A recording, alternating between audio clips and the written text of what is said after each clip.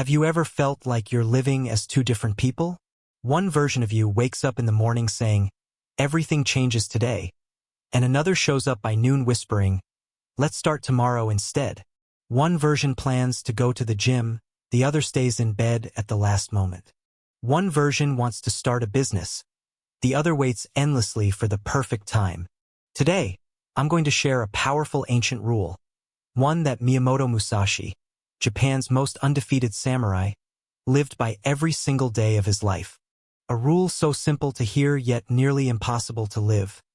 Never live with two minds. Look around you. How many people do you know who are always stuck between two choices?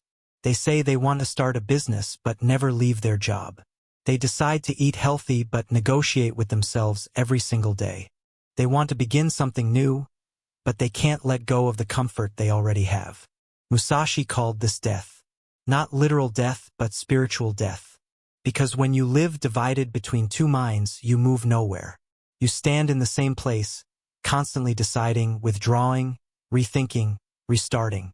Zen Buddhism describes this as two hearts, the internal conflict inside most human beings. One mind wants discipline, the other wants comfort. One wants growth, the other fears change. One wants a new identity, the other clings to the old one.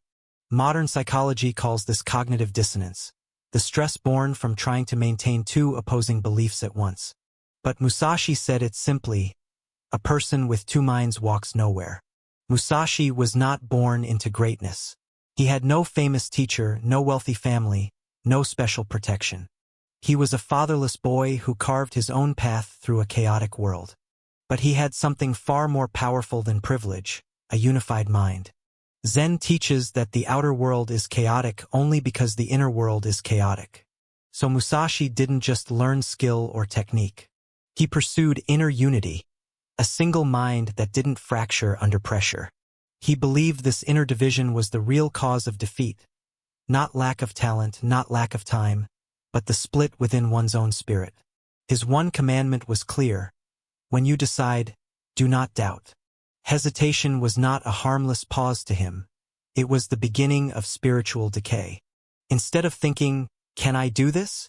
Musashi trained himself to think, "I will."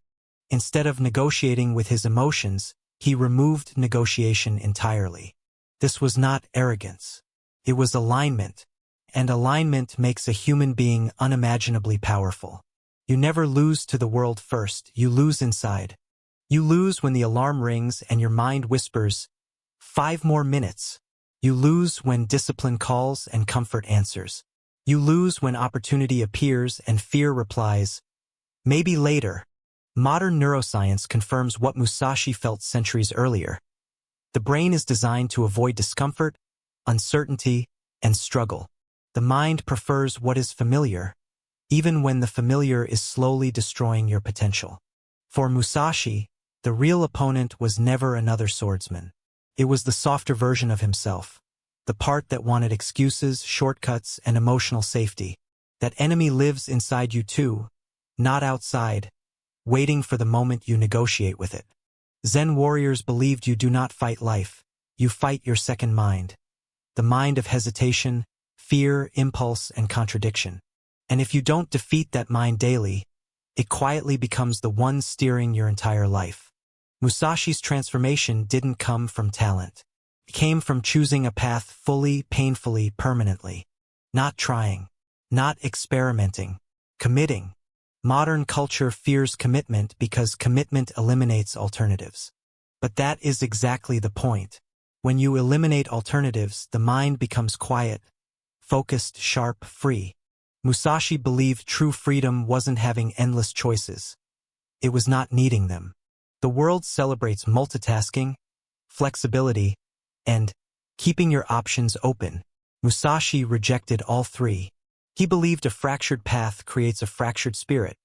A divided life creates a divided mind, and a divided mind can never win external battles because it is already defeated internally.